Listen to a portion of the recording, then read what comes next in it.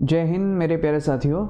तो स्वागत है आपका एक बार फिर मेरे YouTube चैनल पर। और आज मैं आपके सामने लेकर आया हूँ क्लास 11th का चैप्टर नंबर 7, ठीक है, जिसका नाम है बाइनोमियल थ्योरम।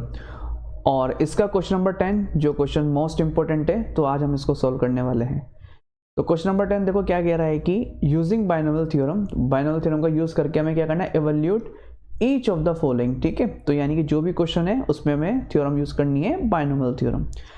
देखो क्वेश्चन 10 कह रहा है कि indicate which number is larger, ठीक है। ये इंडिकेट करना है कौन सा नंबर लार्जर है, और दो नंबर हमें गिवन है, एक तो नंबर ये गिवन है और एक नंबर ये गिवन है।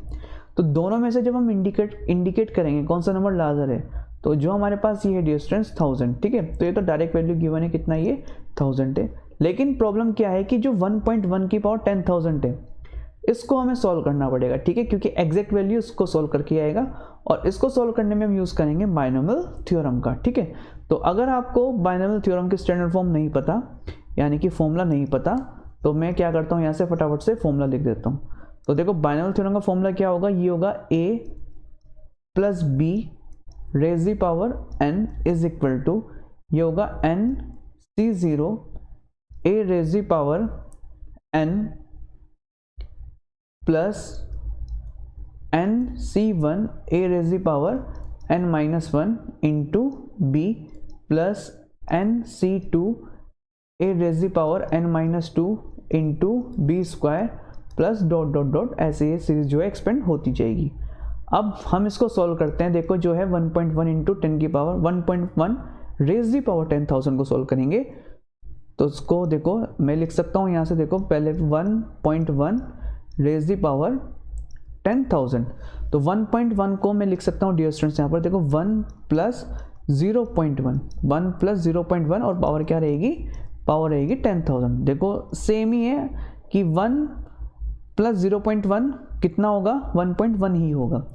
अब यहाँ से देखो डियर स्टूडेंट्स, ऐसा करने से हमारा एक फ़ायदा हुआ क्या, अब ये कन्वर्ट होगा देखो बाइनोमियल थ्योरम पे। अब बाइनोमियल थ्योरम में अब यहाँ से देखो ए की प्लेस पर कितना है, देखो 1 है, बी की प्लेस पर कितना है 0.1 है, ठीक है। तो आप कंपेयर करोगे तो हमें मिलेगा यहाँ से a is equal to 1, b is equal to 0.1 and n is equal to, देखो n की प्लेस पर यहाँ कितना है, देखो n की प्लेस पर है 10,000, तो यानी कि n कितना है हमारे पास 10,000 है, ठीक है।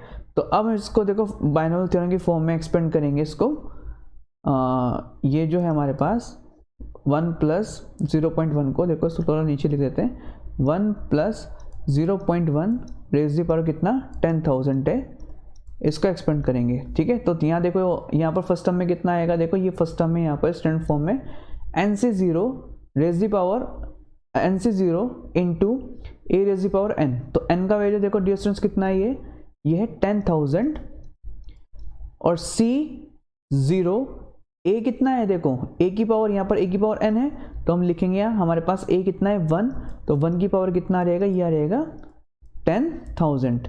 देन प्लस NC1, देखो NC1, तो n तो हमारे पास कितना है, n है 10,000, C1 अब है a की पावर n-1, a कितना है, देखो a वापस से 1 है, तो ये कितना हो रहेगा 1 रेज़ दी पावर कितना हो रहेगा डियर स्टूडेंट्स 10,000 -1, ठीक है। और इंटू में कितना कह रहा है, इंटू में हमारे पास कितना है b, और b का वैल्यू कितना है हमारे पास 0.1 प्लस डॉट डॉट डॉट। देखो हम इसको यहाँ तक एक्सपेंड करेंगे, दो ही टर्म एक्सपेंड करेंगे तो हमारा काम हो जाएगा। देखो कैसे होगा, कैसे सॉल्व होगा, मैं आपको बताऊंगा यहाँ से।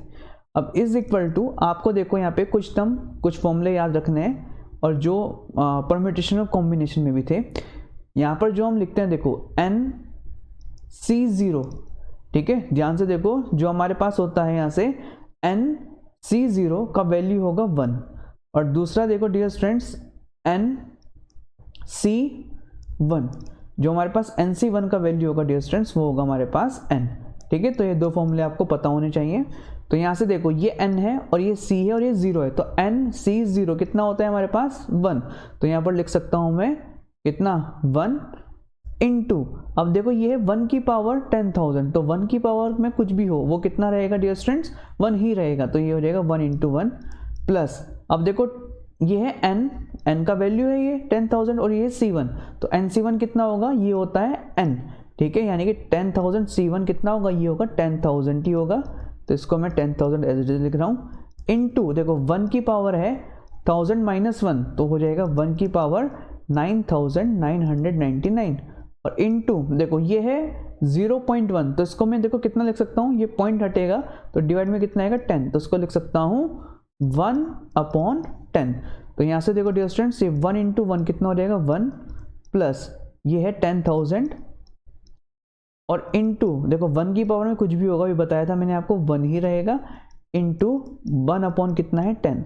अब इस 0 से ये 0 कैंसिल, तो ये कितना हो जाएगा, ये हो जाएगा 1 प्लस इसका मल्टीप्लाई 1 से होगा, 1 से होगा तो सेम नंबर रहेगा, ये हो जाएगा 1000। और यहाँ पर हमारे पास देखो ये प्लस भी चलते आ रहा है, इसको भी हम एज इट इज लिख लेंगे, ठीक है, प्लस डॉट डॉट डॉट। तो ये डियर स्टूडेंट्स कितना हो जाएगा, ये हो जाएगा 1001 प्लस डॉट डॉट डॉट। अब देखो हमारे पास जो वैल्यू आई यहाँ पे दो टर्म का कितना है 1001, और इसके बाद देखो प्लस, यानी कि कुछ अगर हम इसको आगे एक्सपेंड करते टर्म को तो कुछ इसमें प्लस होता, तो यानी कि प्लस होके क्या आता है, इससे 1001 से ज़्यादा ही वैल्यू आएगी। तो हम कह सकते हैं देखो यहाँ पे कि जो 1001 है वो क्या है, ग्रेटर देन किससे है, ग्रेटर देन 1000 से है। तो यहाँ पर हम क्लियरली बोल सकते हैं डियर स्टूडेंट्स कि जो हमारे पास 1.1 है, 1.1 रेज़ द पावर कितना है 10,000 है, वो क्या है, ग्रेटर देन है, किससे है, किससे ग्रेटर है या किससे लार्जर है, ये लार्जर है हमारे पास 1000 से, ठीक है, ये लार्जर किससे होगा 1000 से। तो ये है हमारे 10th क्वेश्चन का सॉल्यूशन।